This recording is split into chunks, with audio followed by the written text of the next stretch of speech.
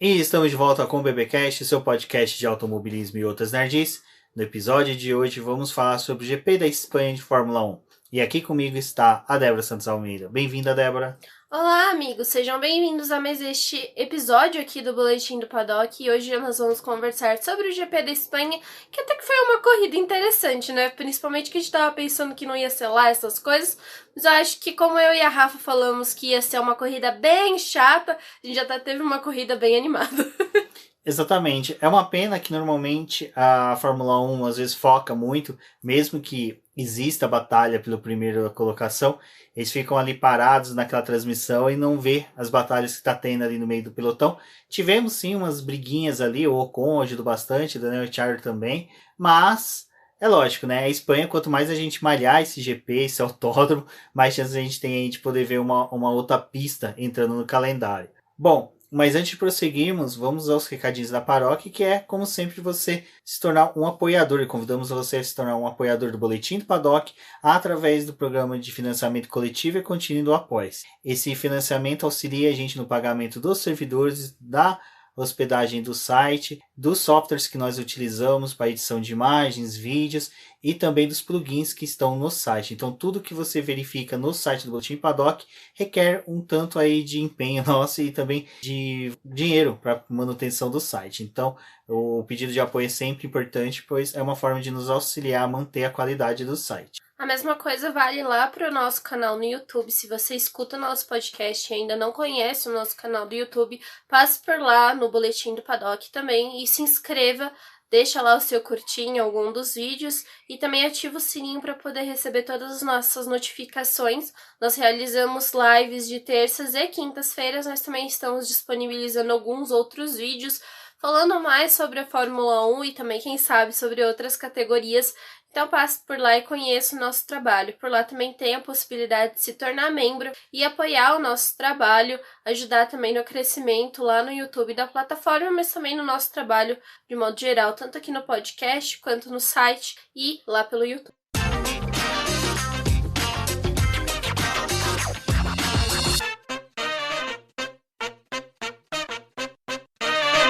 Bom, Débora, o GP da Espanha, a gente já tem essa predisposição a saber que vai ser uma corrida fraca em questão de que a gente via em muitas outras corridas da Fórmula 1. Principalmente que a gente veio aí de uma temporada de 2019 muito boa, 2020 foi excelente mesmo, com todos os problemas que nós tivemos em decorrência da pandemia. Foi uma temporada muito boa. E atípica, né, pro calendário. Exato, e isso fez com que a gente tivesse já, como poderia dizer, expectativas altas para as corridas. Então, Portugal, a gente teve uma corrida boa, mas não foi tudo aquilo que foi do anterior. O GP da Espanha desse ano acho que foi bem mais emocionante do que o GP anterior. Foi uma corrida movimentada. A questão das leituras de estratégia do Max Verstappen e do Lewis Hamilton também foi muito boa. Mas antes de adentrarmos na corrida em si, vale ressaltar que as equipes já chegaram com algumas atualizações, querendo fazer testes nesse GP, porque é um autódromo em que eles já coletam tantos dados na pré-temporada, que este ano, infelizmente, para esse quesito, foi realizado no Bahrein, mas mesmo assim as equipes escolheram, né, Barcelona para fazer novos testes, para ver o que escolheram de informações do Bahrein, comparados com o que está sendo evoluído do carro para este ano. Rubens, bom, as 3 primeiras corridas do ano, né, foram em autódromos mais diferentes aí para a categoria, cada um com as suas características, e são espaços que não refletem muito o calendário. As equipes acabam até falando que o GP da Espanha é meio que um marco zero para elas, porque ali eles conseguem verificar os carros e ter um pouco mais de ideia da onde cada equipe está no campeonato ou como vão ser as disputas ao longo do ano, porque os outros circuitos que eles acabaram pegando durante esse começo de temporada acabava exaltando algumas partes específicas de cada carro, mas era mais difícil, porque a gente até via, assim, durante treino livre, classificação, ainda assim o grid muito embolado, né, bem misturado. E ali em Barcelona a gente já viu em alguns treinos livres, assim, formando os parzinhos das equipes, né? Realmente, assim, Mercedes andando os dois pilotos estando muito perto. Na Red Bull também aconteceu. Em outras equipes ali do grid também a gente via pouca diferença entre os companheiros de equipe. Então é um circuito que é bem interessante para todo esse calendário. Como eles não tiveram os treinos de pré-temporada sendo realizados em Barcelona, as equipes estavam sim muito ansiosas para poder chegar ali em Barcelona e realizar os seus testes aerodinâmicos e fazer algumas medições no carro, que é mais possível nessa pista, porque é um circuito que requer muito da aerodinâmica dos carros e eles conseguem verificar. E por ser também um circuito que tem vários tipos de curva, também tem aquela retona, todas essas coisas acabam contribuindo para eles realizarem alguns testes. Durante os treinos livres, a gente viu algumas equipes utilizando o Flowvis. A Red Bull ela colocou ali nos dutos de freio. Tanto a McLaren quanto a Alfa Romeo também fizeram testes nos seus carros com Flowvis, principalmente ali na parte do assoalho, né, e na parte lateral do carro, tudo isso para poder verificar algumas atualizações. Então, é realmente um circuito mais para as equipes e eles acabam se dedicando muito para poder fazer esses testes por lá. A gente viu em Portugal algumas equipes já levando pacotes de atualização aerodinâmica, principalmente a Red Bull, que sabia que algumas coisas não iam funcionar em Portugal, mas eles contavam com essas atualizações para Barcelona. Então, é aquela coisa, né? Tá todo mundo realmente tentando testar os seus carros. E uma das coisas que eu conversei com um ex-mecânico da Alfa Romeo, que é o Thiago Fadel, ele trabalhou na Alfa Romeo por muito tempo, e ele também trabalhou como mecânico do Antônio Giovinazzi, e a gente conversou esse fim de semana porque ele estava explicando o motivo de as equipes testarem o Flowvis ou colocarem mais os grades de aferição aerodinâmica do lado esquerdo do carro. É porque o carro, né, de Fórmula 1, quando ele vai ali para os testes de túnel de vento, geralmente as equipes fazem os testes do lado esquerdo, o carro é montado pelo lado esquerdo, e o lado direito é uma cópia da matriz, que é o lado esquerdo do carro. Então, como eles têm esses dados já do lado esquerdo, quando eles vão para a pista e fazem os testes aerodinâmicos no carro, é muito utilizado esse lado do carro para poder também testar na pista, porque aí depois dos dados coletados ali durante essas voltas que os pilotos acabam dando, tanto com o Flowvis ou com a grade, depois é encaminhado para a equipe e eles acabam batendo os dados que já foram feitos no túnel de vento, e aí os testes que foram realizados na pista, eles acabam verificando se o que foi testado deu certo, ou se foi melhor, ou foi inferior ao resultado esperado. É uma coisa bem interessante porque eu não sei se vocês já viram teste de túnel de vento, mas tem um vídeo no YouTube da Sauber que explica bem detalhadamente como é realizado os testes, mas basicamente o túnel de vento você não testa o carro inteiro, né? É uma escala, é estipulada uma escala ali. Os túneis de vento desse ano, né, com todas as equipes conseguindo testar, é um túnel de 60% de capacidade para esses testes. Então, eles acabam fazendo esses testes em escala e levando isso para o carro, né? Fabricando as peças e instalando no carro. E só depois que eles conseguem ter uma ideia, porque o túnel tenta simular como que é o comportamento do vento na passagem do carro, como seria a atuação deles nas pistas, mas a verdade mesmo só vem quando o carro é testado em pista, né? Tanto que eu fiz um vídeo pro YouTube do BP, se vocês ainda não conferiram, passem por lá, mas a Alpine, ela teve um problema no programa que faz os testes ali do túnel de vento e aquilo acabou prejudicando alguns dados que a equipe teve do carro para 2021. E agora eles estão correndo atrás de atualização. Então a Alpine está conseguindo pontuar em alguns momentos, está tendo uma classificação um pouco melhor, mas o grande responsável é porque eles conseguiram introduzir muita atualização. Também tem o problema que a Aston Martin está enfrentando, então eles estão tentando compensar os problemas que o pessoal está tendo e o que eles também tiveram com essas atualizações loucas aí para poder colocar o carro em uma condição melhor para o campeonato. Isso é interessante, né? Principalmente quando a gente pensa que o carro é só mesmo desenvolvido um lado, porque faz semi-espelho, né? Reflete para o outro lado. E também a questão do carro em escala demonstra que às vezes realmente o que eles oferem no túnel de vento não reflete na pista, porque a gente está trabalhando com dimensões, questões que a própria atmosfera das pistas atua, né, contra essas medições que foram feitas no de vento. Então é por isso que às vezes a gente vê as equipes muito otimistas. Olha, trouxemos uma asa nova pro carro, aí a gente coloca, não tem efeito nenhum, não tem mudança nenhuma. Fizemos uma pequena atualização e de repente essa pequena atualização a gente vê que tem uma mudança gigantesca, porque realmente é difícil das equipes mensurar. E às vezes as equipes chegam a fazer 3, 4 peças no túnel de vento para ter desempenhos diferentes e testa no final de semana e verifica que ou uma dá certo, duas não nem sequer fizeram efeito e somente uma vai poder ser utilizada, então o trabalho de outras 3 fica totalmente pro lixo.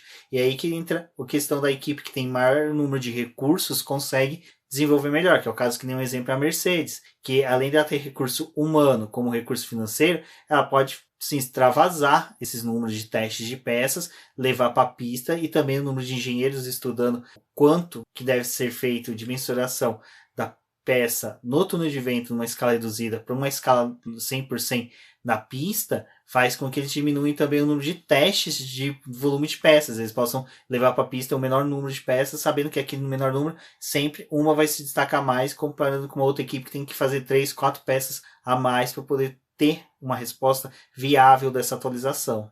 Agora que eles estão tendo aquela limitação da utilização do túnel de vento, as equipes maiores elas têm uma redução para a utilização desse túnel de vento, enquanto as menores têm um tempo maior para poder fazer os seus testes. Tudo isso acaba contando, mas a Mercedes a gente viu, né? Ali no Bahrein, eles estavam com um problema, assim, no carro. É um problema que eles vão ter que lidar por toda a temporada, por conta do hack do carro, né? A Aston Martin também tá passando por esse mesmo problema, mas a Mercedes, ela tá conseguindo se recuperar. As atualizações que ela trouxe para o carro foram certeiras e eficientes para o carro deles conseguir operar muito bem.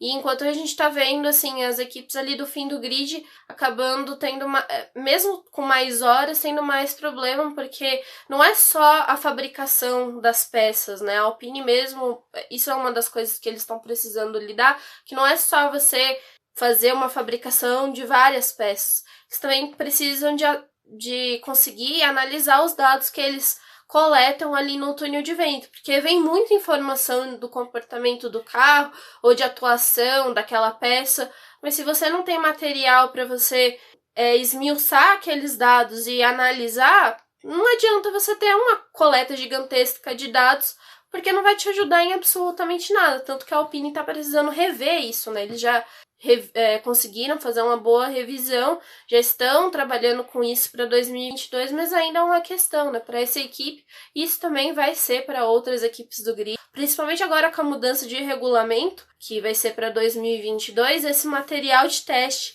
no túnel de vento é, assim, essencial para a construção do próximo carro, porque é uma boa leitura do seu regulamento, do regulamento de 2022, mas também da aplicação dessa construção desses carros. Bom, já que citamos a Alpine agora, vamos falar um pouquinho dela, né? Eu acho que as 3 equipes que merecem um destaque desse final de semana é a Alpine, a AlphaTauri, né, e a Ferrari. Bom, a Alpine, como a Débora falou, enfrentou esse problema do túnel de vento, foi algo que refletiu nos primeiros 2 GPs, mas acho que de Portugal para cá, é o que a gente fala da Mercedes, acho que pode ser aplicado também à Alpine. Eles têm um material humano, questão de engenheiros muito bons, que estão sabendo utilizar o chassi que já é defeituoso, que já é um chassi que tem uma certa falha de fabricação, estão sabendo fazer o ajuste fino, né? Que a gente fala que quando a gente fala ajuste fino aplicação da asa, o ângulo das asas, questão da suspensão, quanto que ela é mais dura, mais mole, mais flexível, essas coisas em que tanto a Alpine como a própria Mercedes estão conseguindo fazer, mas essas equipes de pelotão intermediário, eu acho que a Alpine junto com a Ferrari são as equipes que estão melhor conseguindo, né, regular seus carros e trazer eles mais próximos para a competição. A gente tem que lembrar que a questão dos tokens é uma coisa que já acabou, né, porque a atualização por meio de token era do ano passado para esse. As equipes não têm mais token, com exceção a Haas, que não fez o uso deles e provavelmente nem vai fazer, porque é um carro com vários problemas, eles já estão concentrados em 2022.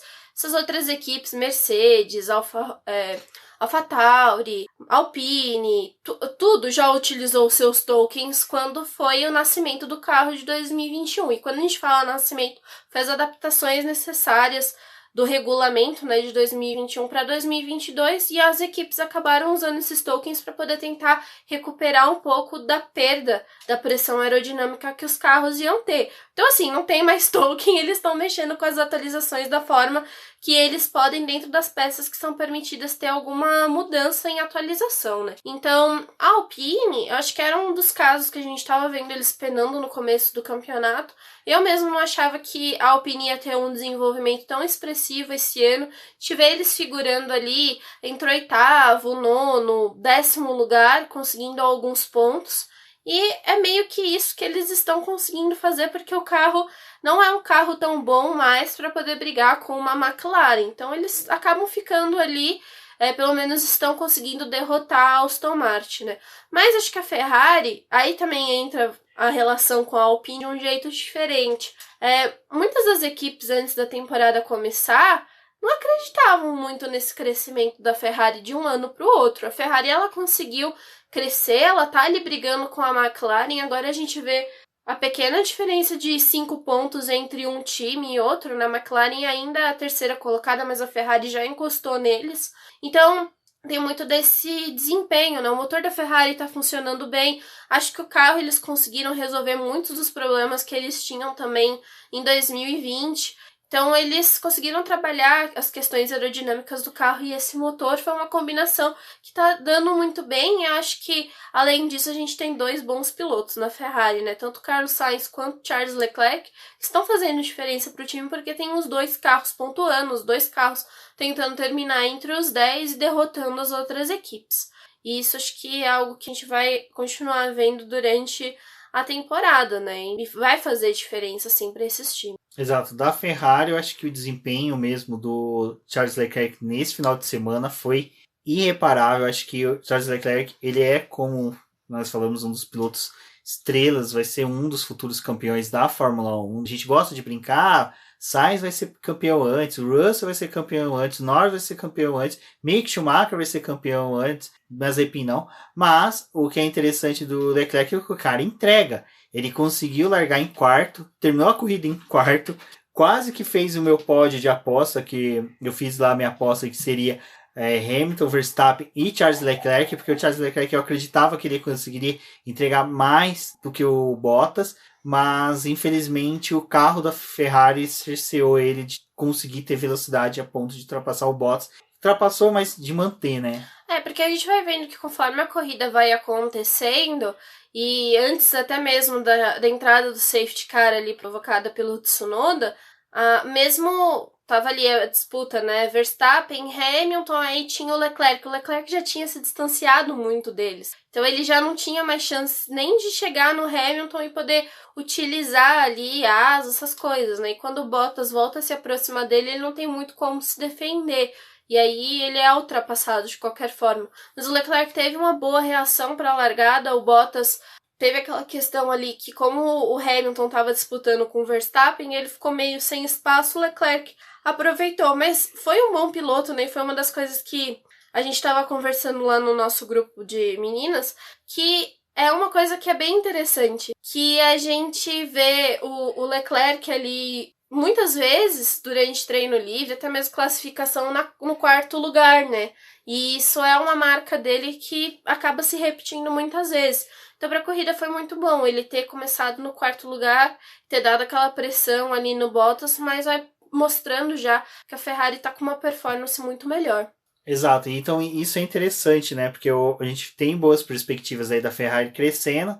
Para os fãs da McLaren não é algo tão bom, mas pelo menos para o espetáculo da Fórmula 1, acho que o Leclerc sempre consegue ele criar brigas acirradas, então ele tendo um carro bem competitivo é bem interessante. Bom, e a terceira equipe que a gente pode falar é a AlphaTauri, que decepção com o Tsunoda, uma pena ele ter tido o carro apagado já nas primeiras voltas. Já tinha tido problema no treino livre, né? Exato, e ele teve aquele apagão em Portugal também, que foi por causa de bump da pista, então isso é muito ruim.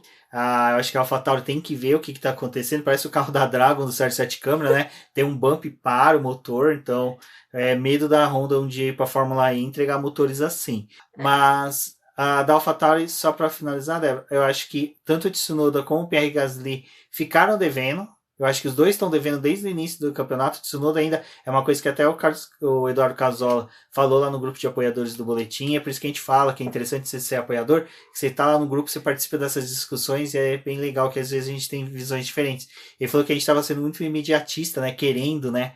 Que o Tsunoda entregue aquilo que ele entregou na Fórmula 2, mas só que aqui o Tsunoda ele é um piloto que entrega muito rápido as coisas. Não é que nem o Gasly que demora para se assentar e se atualizar dentro de uma equipe. O Tsunoda ele foi um piloto meteórico. Então é muito estranho ele estar tendo isso e ele começou já a ter reclamações do tipo, meu carro tá diferente do Gasly. Bom, partindo do pressuposto que todos os carros de Fórmula 1 entre o primeiro e o segundo piloto são diferentes. Isso não é uma novidade. A gente sempre tem um piloto recebendo atualização que o outro não recebe. O Gasly deve receber mais atualizações antes que o Tsunoda, com certeza. Porque ele é o primeiro piloto da equipe, até o mais experiente. na classificação a gente viu uma mudança de asa ali do Gasly, né? O Gasly tava com uma asa, depois eles acabam trocando, colocando outra asa nele pra ele poder realizar o restante da classificação. Então tem entrega de peça, assim, diferente dos carros. É inevitável. É o mesmo carro, porém não muito, né? Porque tem essas coisas das entregas de atualização e o piloto que vai passar um feedback melhor. Eu acho que a AlphaTauri, não só a AlphaTauri em si, e também o Tsunoda, né? A gente esperava que eles entregassem um pouco mais, porque a própria AlphaTauri começou o campeonato muito bem. Ela estava ali disputando, o Gasly realizando boas classificações, o Tsunoda, a primeira corrida, entregou o primeiro ponto ali, né, os primeiros pontos da carreira dele na Fórmula 1. Então acho que foi uma equipe que estava todo mundo muito otimista, e principalmente assim, com a atualização do carro, essas coisas. Mas agora a gente tá vendo, acho que na Espanha, por ser essa pista marco zero, aí a gente começa a ver como é que tá realmente a situação da equipe, e por mais que tenha atualização, eles estão decaindo, né, nesse campeonato. E aí pode custar bastante, porque o restante do pelotão tá muito apertado, né? Fora que foi uma das coisas que o Frederic Lister, que é chefe de equipe da Alfa Romeo, falou, que quem tá disputando ali o meio do pelotão pode tanto ficar num fim de semana no 6º lugar, quanto tá em 16º no outro fim de semana, sabe? Essas coisas vão acabar acontecendo, vai variar muito. Porque ainda tem atualização, tem o pessoal conseguindo trabalhar melhor com o carro, outros não. Então isso vai acabar acontecendo durante o campeonato. Para o Tsunoda a gente esperava sim um desempenho um pouco melhor, como o Rubens falou. É um piloto que na Fórmula 2 entregou mais rápido. A sua carreira é de 2016, então é uma coisa muito recente. O crescimento que ele foi tendo, né, nos campeonatos de Fórmula. Então sim, era esperado que ele tivesse um desempenho um pouco melhor. Isso vai custar, assim, para a equipe, com certeza, porque ele tendo dificuldade nas classificações, largando ali de trás, ele tá numa parte do grid que é muito mais caótica. Aí chegou agora, nessa corrida, que ele poderia ter um desempenho um pouco melhor. Não aconteceu, o motor deu problema. É uma questão que foi uma das coisas que a gente... Se você tá escutando esse episódio, também falo para vocês escutarem o podcast do Zona de Ultrapassagem, que eu também fui convidada para poder gravar lá sobre Fórmula 1. Mas lá a gente também discutiu essa questão de... eles não terem uma resposta para o que aconteceu com o motor do Tsunoda, porque eles vão analisar depois, né? Então, parece ser um problema um pouco mais sério do que simplesmente um apagão ou um problema elétrico, sabe? Uma coisa que eles identificaram mais cedo. Pode ser uma coisa muito mais crônica, um problema muito mais dentro ali, que eles precisam de uma avaliação melhor. E no GP de Imola, que foi a segunda corrida do calendário, depois daquela batida na classificação do Tsunoda, a AlphaTauri fez a troca inteira do motor dele. Não foi só o motor, todos os componentes, ele recebeu um motor novo. Então, o que está acontecendo, qual que é o problema, eles têm que verificar, porque é uma coisa que pode estar acontecendo com o Tsunoda pela forma como ele guia, pela forma como ele ataca as zebras, mas eles precisam saber se isso vai se refletir no carro do Gasly, no carro do Verstappen, no próprio carro do Pérez, no do Verstappen muito mais ainda, porque se é um problema no motor e eles conseguem identificar isso no motor, tem que prestar atenção, porque o Verstappen pode ser que abandone uma corrida por uma coisa desse tipo, né? Então tudo isso tem que ser revisto e é crítico, assim, pra Honda, porque a gente tá vendo que a Honda tá se desdobrando bastante para poder entregar o melhor motor para essas equipes, já que no final do ano eles vão sair e aí é vida que segue, né? A Red Bull vai ter que tocar esse projeto sozinho, então eles precisam entregar o melhor motor que eles podem esse ano. Bom, e neste final de semana, como não podemos deixar de falar, nós tivemos a 100ª pole do Lewis Hamilton, algo que eu particularmente estava torcendo para adiar, porque eu não queria que fosse num autódromo, num GP que o pessoal fala que fica marcado por ser um GP não tão movimentado, não tão querido como seria os próximos. Seria interessante, quem sabe, ele conseguir essa 100ª pole no GP de Mônaco, seria algo marcante. E então, mas, já que o destino quis assim, a 100ª pole dele foi uma pole também muito, como poderia dizer, marcante pelo seguinte: ele disputou ferrenhamente essa pole, sabe? Não foi uma pole que ele conquistou com 3 dias de antecedência aí pro segundo colocado, mas não, ele ganhou por 0,036 centésimos de segundo para o Max Verstappen. É algo, cara, muito pequeno, é tipo é uma respiração, é menos que uma respiração de uma mosca branca. Então é uma coisa interessante ver que ele conseguiu essa 100ª pole no momento em que o pessoal vinha discutindo se existiria alguém para confrontar o Lewis Hamilton. Aparece o Max Verstappen, que é um piloto que até a gente comentou no último BBcast, que não é um piloto que tem muitas poles, né? Ele é um piloto mais de vitórias, então é interessante como a gente vê a crescente do Verstappen nessa disputa por poles, e justo nessa crescente é quando o Lewis Hamilton consegue marcar a 100ª pole. Eu comemorei como louco, acho que, cara, foi um tesão, ainda mais que o Q3, a gente viu os pilotos não conseguindo melhorar o tempo, sendo que era a segunda tentativa de todos.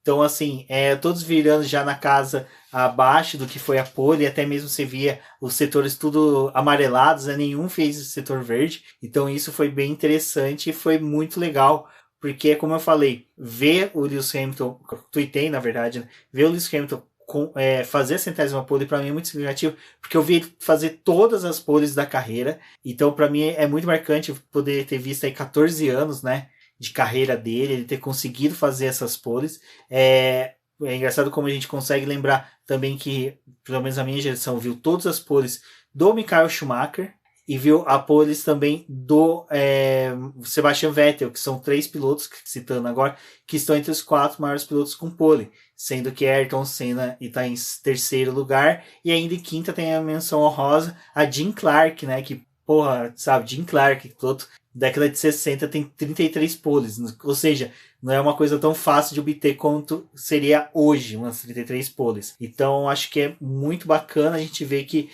no panteão dos pilotos que tem pole position, Lewis Hamilton encabeça a lista, acho que, dos maiores pilotos que a gente vai ver de todos os tempos. É um marco muito grande ter essas 100 poles. É uma das coisas que a gente tava conversando, né? Eu não imaginava que um piloto ia conseguir chegar a 100 poles da forma como o Hamilton chegou. Eu imaginava que o Vettel teria um grande número de poles e até mesmo de vitórias, mas o número 100, assim, é um negócio muito grandioso, né? Então foi muito legal a gente ver o Hamilton fazendo isso. Assim, é numa pista que a gente já tá careca de ver ela várias vezes no calendário, e é uma pista que a gente não gosta muito. Mas, assim, o Hamilton domina, né, a Espanha, tanto em pole, que ele tá indo muito bem, assim, em resultado. Ele e o Schumacher são os maiores nesse circuito. E agora também com o resultado da vitória, né? Então, assim, é um negócio muito grandioso que a gente tá vendo o Hamilton fazer, sem dúvida. Já falou isso várias outras vezes, vendo a história da Fórmula 1 ser escrita e conseguindo acompanhar isso, é uma coisa que vai demorar muito tempo para poder ter outro piloto, né? Porque, de qualquer forma, o outro piloto vai ter que passar por todas as circunstâncias, assim, de aprendizado até conseguir chegar numa marca como essa. O Hamilton, ele teve uma leitura, assim, nos últimos anos, muito aprendizado, e agora tá refletindo nos momentos que ele consegue tirar aquela diferença, porque 0,36, assim, é pouquinho, gente, é um piscar de olhos, né? Isso quando a gente vê o próprio Max Verstappen falando que foi uma volta excelente dele, que ele não errou, que ele estava indo muito bem, que não teve aqueles problemas lá de extravasar limite de pista que teve nas outras corridas. Nesse ele estava muito confiante e ainda assim ficou devendo pro Hamilton, né? Eu acho que a única parte ruim que a gente tá vendo esse ano é que chega na segunda volta rápida, na disputa da pole, ninguém consegue mais melhorar os tempos. Fica aquilo lá mesmo, acaba se mantendo. E aí perde um pouco daquela disputa do finalzinho, né? De determinar quem é que vai ficar com a pole, com aquele último pneu. Mas ainda assim, acho que é um bom marco. E essa história que a gente tá conseguindo acompanhar mesmo. Então mostra que o Hamilton é muito grande. E é tudo aquilo que a gente falou no começo do programa, sabe? Se a Mercedes... Como a Mercedes estava com problema no começo do ano e a Red Bull era a favorita, assim, para muito do começo do ano, eles, mesmo com um carro que ainda tem problemas, que eles ainda estão lidando com questão de atualização, tá muito melhor do que o carro da Red Bull. Não muito melhor, mas esse 0,36 aí fez diferença, né? Pra eles. A Red Bull tem que se cuidar. E aí, uma coisa que é interessante, só comentando sobre isso, que entra dentro das 100 poles do Lewis Hamilton, é interessante a gente ver, né, que a Mercedes, desculpa, conseguiu acertar o carro, melhorou o carro, a Red Bull manteve o carro e todas estão trabalhando em atualizações ao mesmo tempo. Então é interessante como as atualizações realmente na Mercedes estão fazendo mais efeito, porque ela está conseguindo se aproximar mais da Red Bull e está conseguindo entregar mais. Aí o que fica de diferença? Realmente é o desempenho do Lewis Hamilton, que é bem superior ao do Max Verstappen, mas não é por velocidade, porque o Max Verstappen é um piloto muito rápido, sabe? Tipo, é um piloto... Cara, aquela ultrapassagem que ele fez na primeira volta, na primeira curva, em cima do Lewis Hamilton, é de uma maestria gigante. Eu acho que, cara, quantos pilotos a gente sabe que tentaria aquilo ali e iria bater no Lewis Hamilton? O Verstappen no começo da carreira ia bater no Lewis Hamilton. O domínio dele que ele tem sobre a máquina. Por isso que eu gosto quando às vezes o pessoal tá discutindo sobre se o Verstappen é tudo isso. Eu falo assim, cara, ele é toda essa potência, toda essa supernova, vamos pôr assim, para usar uma unidade astronômica para vocês entenderem. Ele é uma supernova porque o que ele entrega com esse carro, nenhum outro piloto entregaria. Eu acho que só 3 pilotos naquele grid além dele conseguiriam entregar esse resultado com esse carro. Que é o Ricciardo, que é um piloto que também já esteve pela Red Bull e saberia entregar com esse carro. Eu acho que o próprio Lewis Hamilton e o Fernando Alonso / Vettel. Eu acho que os dois ali conseguiriam disputar muito bem essa situação. Mas só que o Vettel e o Alonso ainda eu tenho minhas dúvidas por causa de... que eu acho que eles não estão tão bem quanto eram antigamente. Mas eu acho que ainda Verstappen, quer dizer, Lewis Hamilton, fica meio estranho, tá? Hamilton, Ricciardo, eram os pilotos que conseguiriam entregar tão bem quanto o Verstappen. O resto não consegue, não adianta. O segundo piloto da Red Bull vai sofrer sempre. Não é porque o carro é desenvolvido por Verstappen, não é que o carro é feito à vontade do Verstappen, é que o carro, e não é à toa que ele é simbolizado, é um carro da Red Bull. Ele é um touro indomável, ele é um bruto, sabe? É um carro que é difícil de ser controlado, mas quando o cara consegue controlar, é um carro que entrega muito bem. E realmente, tanto o carro da Mercedes é dessa forma. Então eu acho que esse é um momento muito delicioso que a geração nossa que acompanha a Fórmula 1 está acompanhando, sabe? O pessoal que abandonou a Fórmula 1 em 94 está perdendo uma tremenda de uma temporada, porque você vê esses dois caras disputando posição, disputando grid, pole position, é algo que, cara, há quantos anos que a gente não tem isso? 2018 foi o último ano com o Vettel e o próprio Hamilton. Mas algo tão acirrado quanto é agora, que nem companheiro de equipe consegue colocar à frente. O Bottas conseguiu uma pole. Katsu que o Bottas conseguiu a pole, mas não conseguiu se manter.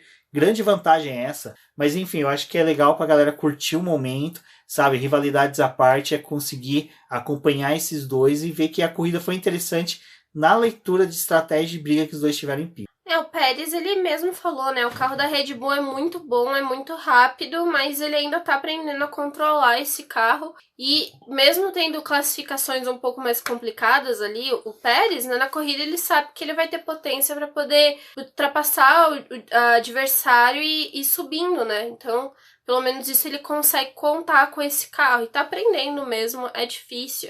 É difícil você ser segundo piloto.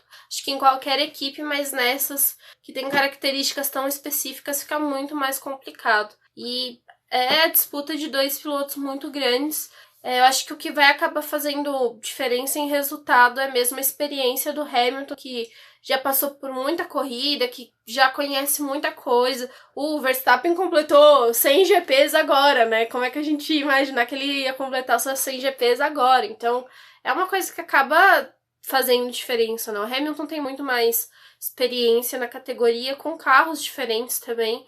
E por estar com a equipe há muito tempo e eles já terem conquistado 7 títulos juntos, realmente ele consegue tirar um pouco mais do carro.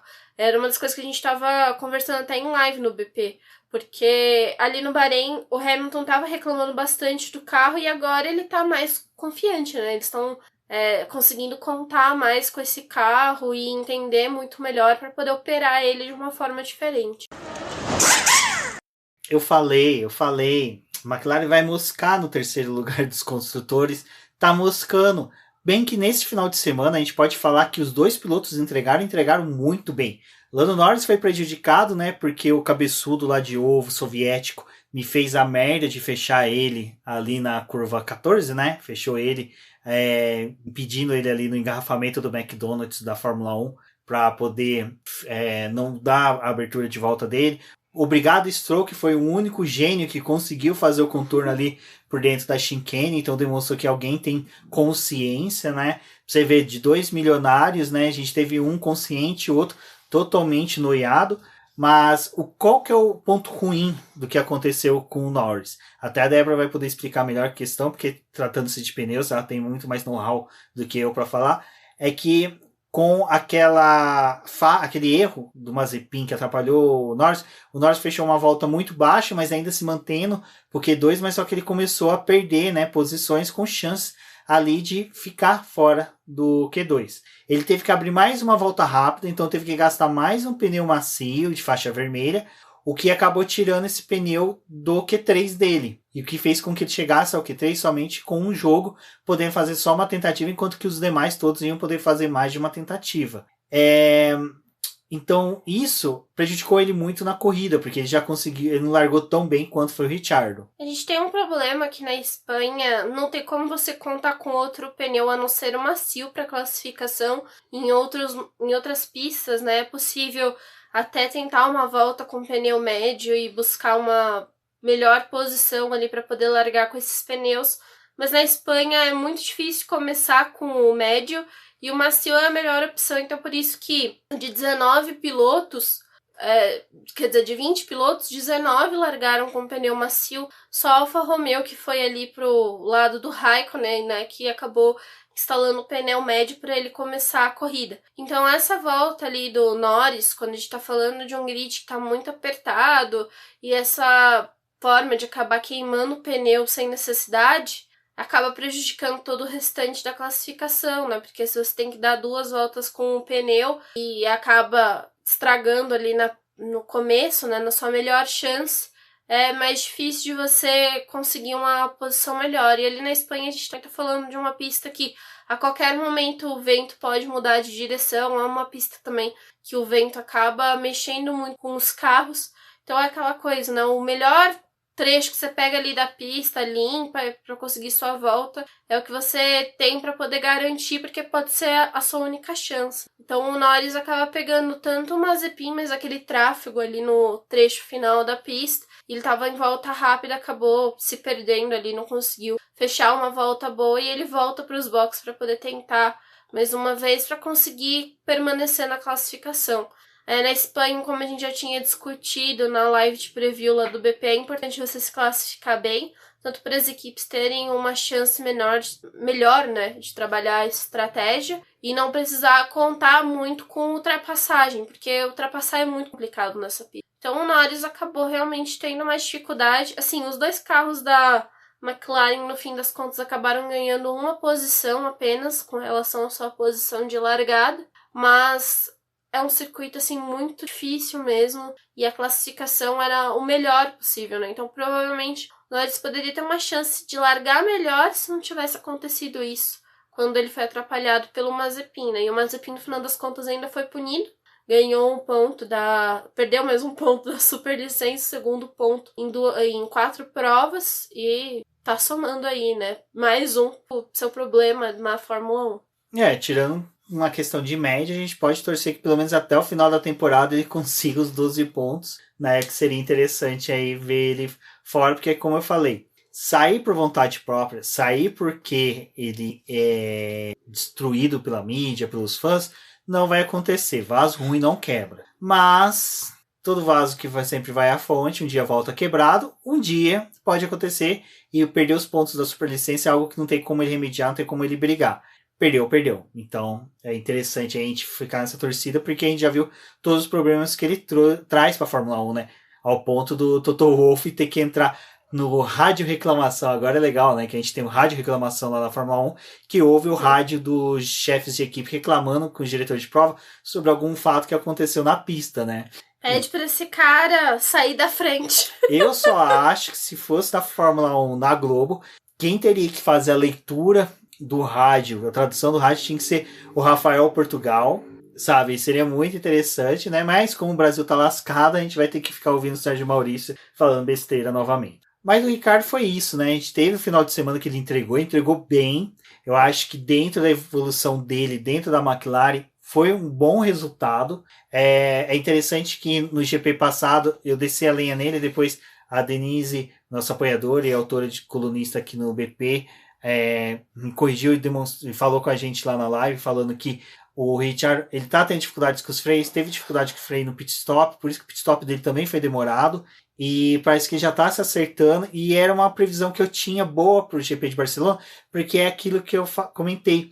Todo mundo já conhece Barcelona de cor e sorteado. Não tem como. Então, pro Richard foi bom ele se acertar nessa pista, porque eu acho que a guinada dele vai ser daqui para frente. Mônaco é uma pista coringa, sabe? É aquela coisa que não tem nem como a gente pôr quem que vai ser melhor. O pessoal tá falando muito da Red Bull, mas ainda é o que eu comentei com a Débora. A Red Bull, pra peidar na farofa, é muito fácil. Tá perdendo em pouquíssima coisa, né? Em erros mínimos que tá custando o campeonato deles. Isso em volta rápida, classificação e por aí vai, né? Então, a Red Bull tá mesmo crítica, né? Essas coisas vão acabar tirando o campeonato. E a gente sabe que questão de limite de pista o Verstappen não respeita muito, e o limite de pista em Mônaco é o guardrail, então eu acredito que dá pra gente esperar um GP disputado assim. O que vai ser o quadro vai definir a corrida, e torcer para a corrida a gente ter um interveio ali, então torcemos para o Mazepin fazer alguma coisa para trazer um safety car, alguma coisa do tipo. Se a gente está falando que a Espanha é um marco bem importante para esse campeonato, para o calendário em si, né, do restante da temporada da Fórmula 1, é interessante ver o Daniel Ricciardo conseguindo esse resultado e superando o companheiro de equipe nessa pista, porque vai trazer mais confiança para ele para o restante do ano, né? Isso é fato. O Ricardo estava se saindo mal, tendo alguns deslizes, estava se adaptando ao carro, mas a Espanha é um momento importante para ele, e agora a gente tem que torcer para que no restante do ano ele consiga repetir uma boa performance, né, nas outras pistas.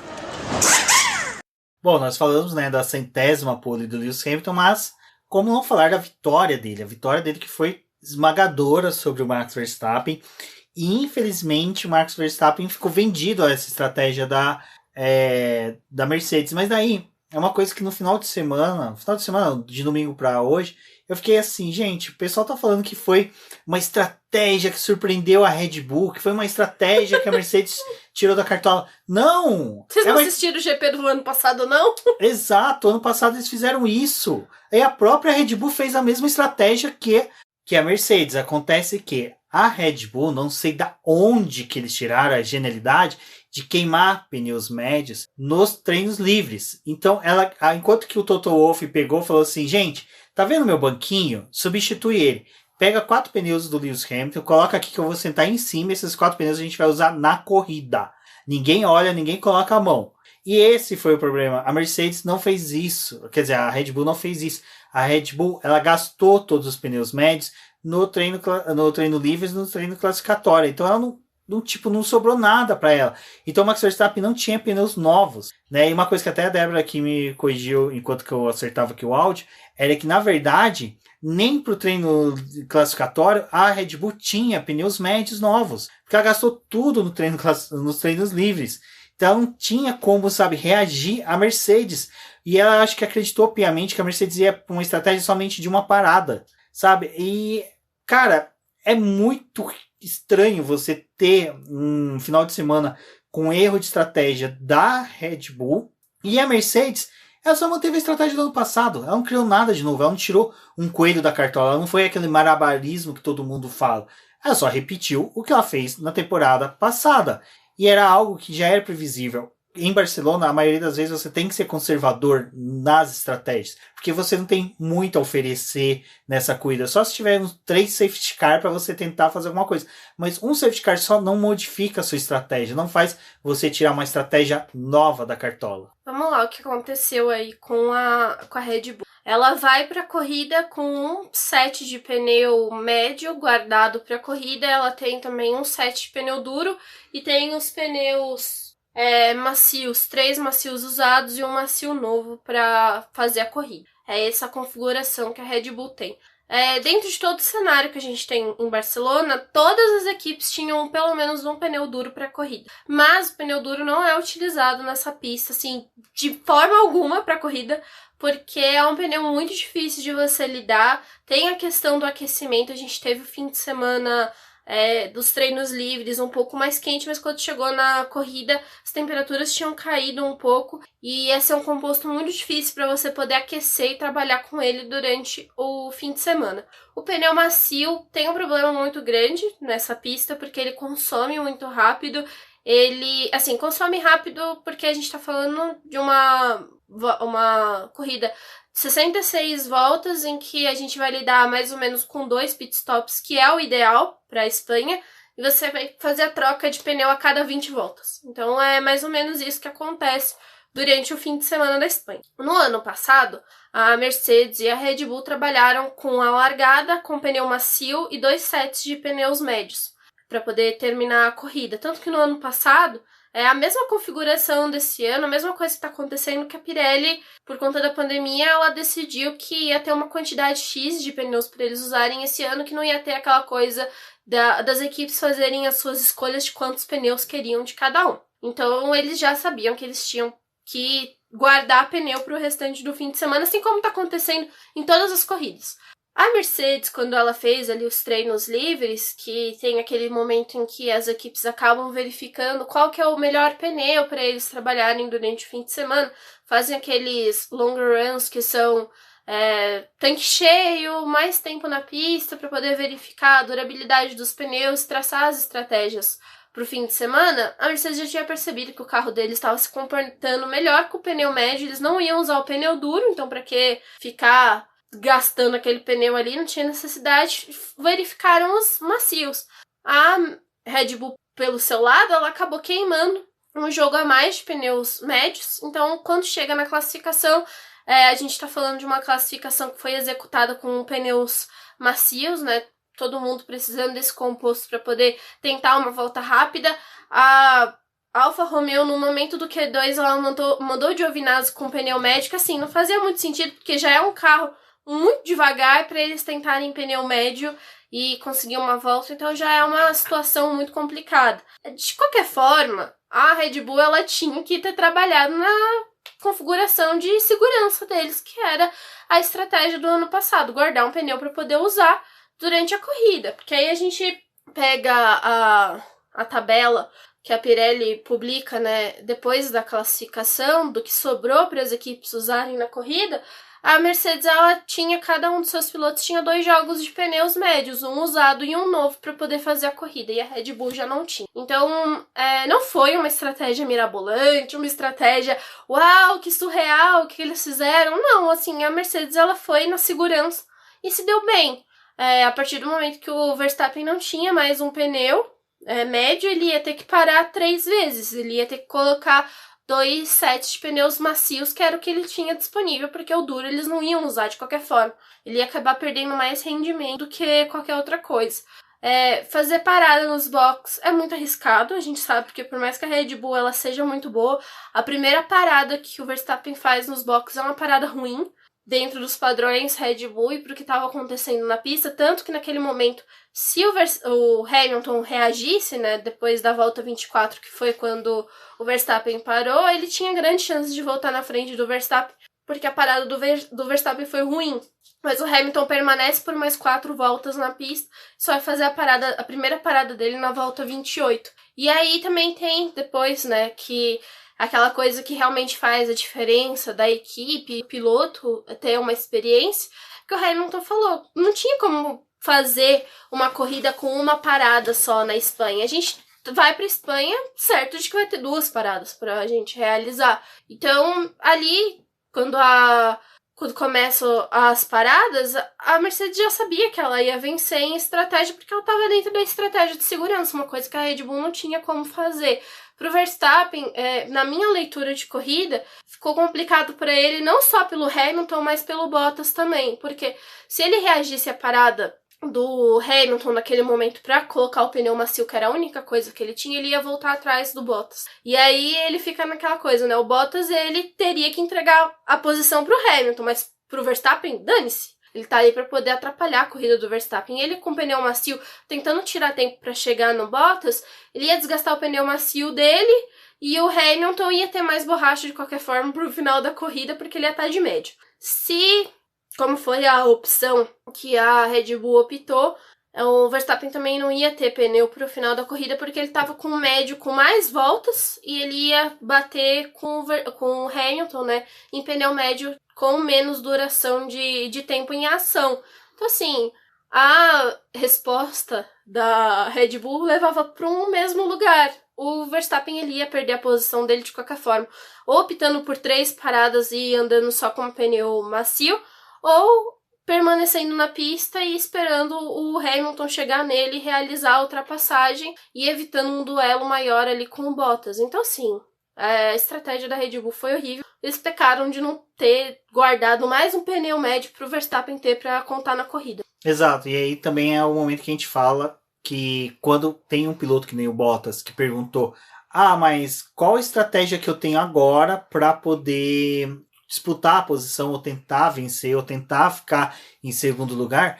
Aí você vê os comentaristas, você vê o Twitter todo dando risada do Bottas, fala, agora que você pensa nisso, real, todos os pilotos fazem essa pergunta quando tem uma mudança de cenário. Isso é normal. Para quem não se lembra, no GP passado, e é por isso que eu acho que foi a falha também da Red Bull de ter uma memória péssima, no GP passado de Barcelona, o próprio Sebastian Vettel fez essas perguntas para a Ferrari do tipo, o que eu faço? Eu estou em P4 e eu estou com um pneu que dá para ir até o final. Aí a equipe falou, não, mantém o ritmo. Ele estava com um ritmo acelerado. Aí, de repente, no meio do meio para o final da corrida, a equipe vira, não, conserva o pneu. Ele, se as 5 voltas tivessem me falado isso, eu teria conservado melhor ainda. E o que acontece? Quando o piloto pergunta para a equipe qual estratégia que eu tenho que adotar, qual estratégia que nós temos, é porque o piloto ali ele já tem que modificar a forma de condução dele. O Max Verstappen, comparado com o Lewis Hamilton, ele ataca muito mais a zebra, ele estende muito mais as curvas, ele força muito mais, ele joga muito mais energia nos pneus do que o Lewis Hamilton. Então ele força um desgaste maior.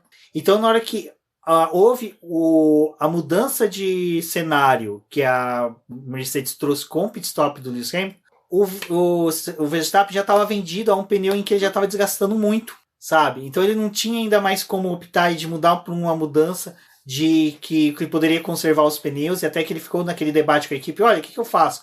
Conserva os pneus, continua acelerando, aí o pessoal fala, não, continua acelerando, porque não tem o que fazer, você vai perder a posição. Você vai terminar com esses pneus, não tem como fazer um pit stop.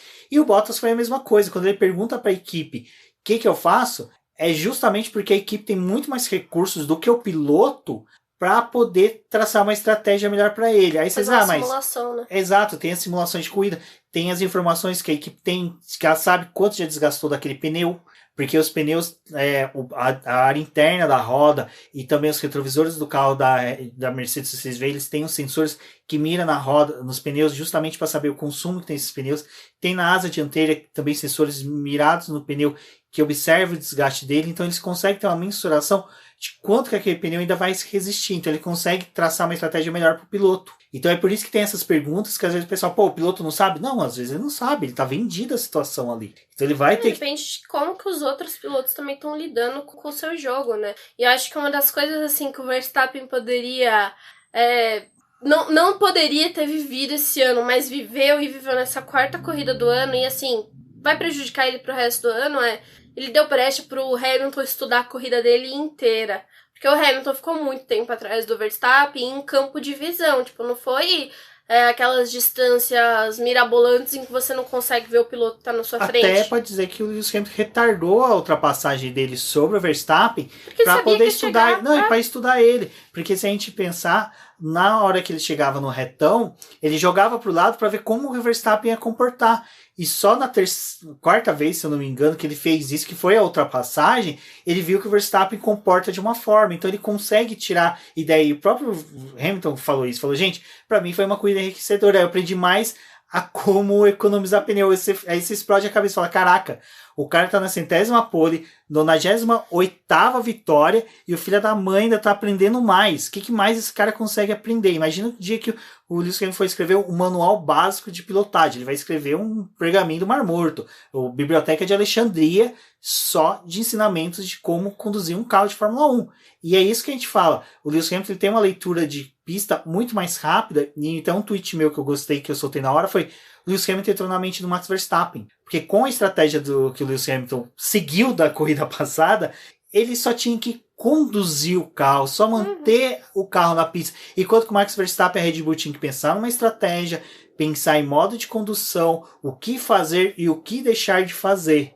Enquanto que o Lewis Hamilton não, ele tava cagando, ele só tava ali pilotando mesmo, aprendendo, vendo como é que o Bottas era um bundão, se comportando, ai, não vou dar passagem pra você, babaca, né? E aí tem o Verstappen que, cara, ele ficou ali um tempão atrás do cara estudando, e na hora que fez a ultrapassagem, foi uma das ultrapassagens mais bonitas que eu já vi. E foi legal que o Verstappen não apresentou uma resistência tão grande, que os dois sabiam que era mais importante terminar a corrida e pontuando bem, do que simplesmente os dois entrar num conflito direto por posição. Ali o Verstappen acaba dando muita brecha pro Hamilton aprender sobre ele e ver o quanto que o Verstappen tem desgaste de pneu, e eu acho que aí fica uma lição, né? Porque a Mercedes, ela foi pra Espanha muito preocupada com o desgaste dos pneus deles, estavam com medo de pegar uma pista muito quente, sofrer igual eles sofreram no Bahrein. Eles pegaram umas temperaturas um pouco mais aceitáveis para esses pneus e para a operação deles. Então, a partir do momento que eles acabam vendo que o próprio piloto, que é rival deles, está gastando mais composto, está tendo mais dificuldade, a Mercedes vai se aproveitar disso. Porque agora é um estudo a mais que eles podem colocar na continha deles ali de estratégia. E o pessoal tava fazendo muita comparação com outras corridas que teve nos anos anteriores.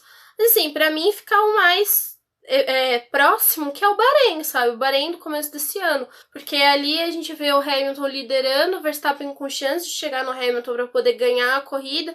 Tem aquele lance do limite de pista e o Verstappen acaba perdendo a vitória, né? Mas o Verstappen ia ter mais pneu naquele final da corrida ali para poder brigar com o Hamilton. Chegou agora na Espanha, era praticamente a mesma coisa. Só que o Hamilton, ele tinha muito mais pneu por toda a leitura que a Mercedes tinha da corrida, que o Hamilton ia chegar com mais pneu pro final da prova e ia passar o Verstappen, né? E o Verstappen não tinha muito o que fazer, ele não tinha como também ficar segurando com resistência ali, fazendo grande coisa, né? A gente vê o Verstappen só tentando livrar o carro do vácuo pro Hamilton não utilizar o vácuo para poder fazer a ultrapassagem. Só que também, em contrapartida, a gente vê que o carro da Mercedes em reta funciona muito melhor do que o carro da Red Bull, que pega, né, um trecho melhor com as curvas e consegue trabalhar melhor. Então, assim, era inevitável essa ultrapassagem e a Red Bull errou mais uma vez uma coisa pequena, sabe? Que foi estratégia e conservação de pneu. Então, infelizmente, menos um ponto aí para a Red Bull. E é interessante que a gente fala disso. A Mercedes acabou de twittar um vídeo comparando o que foi o GP da Hungria de 2019 e o que foi o GP de Barcelona, né, da Espanha ontem, que foi a mesma coisa, foi igualzinho.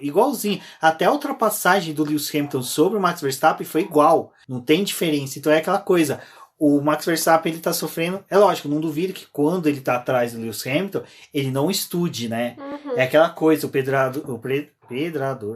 O cara que tá caçando o outro fica ali observando, né? É bem interessante que a gente fala disso, que fala que cita Hungria, um dos grandes momentos do automobilismo, que é aquela ultrapassagem do Nelson Piquet sobre o Ayrton Senna na Hungria com a Williams, que até o Nelson Piquet brinca que ele mostrou o dedo, né, para o Ayrton Senna, e o Lauda falava que aquela ultrapassagem que o Piquet fez é uma coisa de alguém fazer um looping com um Boeing. Então é interessante porque a gente sabe que ali o Nelson Piquet depois fala, né, que ele por várias voltas ficou estudando o Ayrton Senna para saber como o Ayrton Senna se comportava. E é a mesma coisa o que o Hamilton fez com o Verstappen. Então, cara, eu acho que essa temporada promete. Com 4 corridas, eu tô muito otimista. Mesmo que a gente tenha tido 2 corridas assim bem abaixo do nosso esperado, mas eu acho que foi muito acima do que a gente tinha tendo de corridas nos últimos anos. Eu acho que sim, a gente tem uma grande chance de ver um tremendo de um campeonato, de ver um campeonato acirradíssimo, e eu torço muito para que a segunda semestre, né, a segunda parte do campeonato, Lewis Hamilton e Verstappen não estejam tão distantes de pontuação. Eu quero que a disputa entre os dois fique no máximo de diferença de pontos, ou para um ou outro, de um primeiro e um segundo lugar, sabe? 7 pontos, 10 pontos no máximo. Que aí, nisso a gente ainda tem um campeonato. Porque daí um abandonou, o outro lidera, o outro abandonou, um libera, e aí fica uma temporada muito boa para se acompanhar. A gente tem que torcer para que a distância deles não se amplie muito, pra gente continuar tendo uma disputa boa no restante do campeonato, porque tá sendo muito legal esse começo de ano, porque a gente tá vendo essas grandes disputas desses dois pilotos, né? Mas, assim, a Red Bull, ela tá perdendo por pouco pelos erros que ela tá cometendo e no melhor momento que ela podia ter resultado, que era as 4 corridas do ano, em que a Mercedes ainda tá atualizando o carro, que ainda tá tentando se recuperar. Era pra Red Bull ter feito um trabalho muito melhor do que ela fez até agora, né? Então, vai ficando mais complicado. E assim, eu acho que eles começaram a temporada de 2021 na gana para poder ganhar o campeonato de construtores, porque estavam contando com o Pérez, mas o Pérez também precisa entregar muito mais para surtir efeito para Red Bull, e aí o campeonato de construtores já começa a ficar mais distante e eles têm que batalhar agora pelo de pilotos, porque é o mais possível. Interessante você ter citado o Pérez, que agora é a questão que a gente fala, que a gente está os segundos pilotos, né?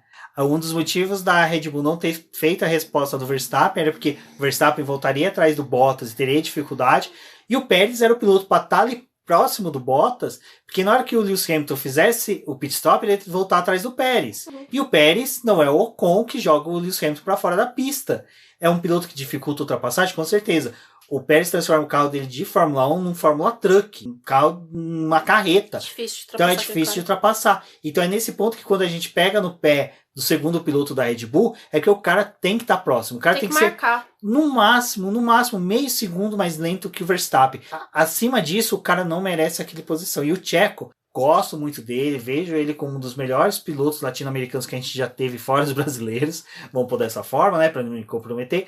Mas o Checo tem que começar a entregar. Eu acho que... O Horner já falou, né? Ele precisa começar a entregar porque eles estão sentindo falta desse piloto para poder ajudar eles em estratégia. Eles não tem como contar com o Pérez ainda. Mas eu acho que o Pérez, ele tá... Assim, dentro dos pilotos que a gente teve nesses últimos anos da Red Bull e que eles estavam com mais problema para poder lidar, o Pérez ainda tá ali. Mas falta ele ter uma constante ali e tá na 4ª posição. A 4ª posição... Assim, o Pérez tem que estar dentre os 4, né? Não pode ser só em uma corrida, ele tem que estar em todas. E aí a gente vai lembrar que o Pérez é a pausa da academia da Red Bull, sabe? Então, a academia vai conseguir trazer um piloto? Vai, com certeza. Isso ano que vem já tem pilotos da Fórmula 2 que estão chegando, estão conseguindo ser consistentes.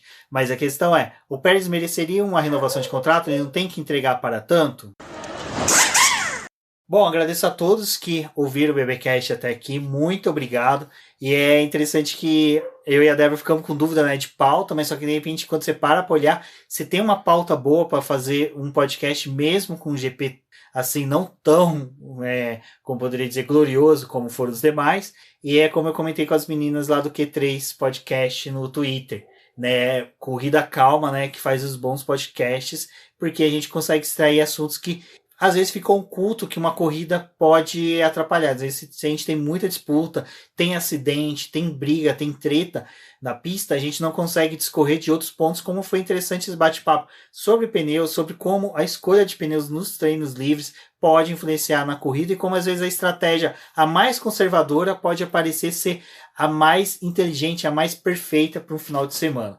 Bom, eu sou o BGP Neto, agradeço a todos que compareceram no Boletim do Paddock, ao BBcast, e até a próxima. Eu sou a Débora Almeida, muito obrigada por escutarem o programa até aqui. considerem se tornar um membro e apoiar o nosso trabalho, mas também confiram todo o nosso trabalho, as nossas matérias, tanto no site como lá no YouTube, e os nossos podcasts aqui também. Adicione no seu agregador favorito, deixe sua recomendação para o pessoal que você conhece que também gosta de Fórmula 1 e ajude a gente no crescimento aqui, porque é muito importante ter você como nosso ouvinte. Até uma próxima!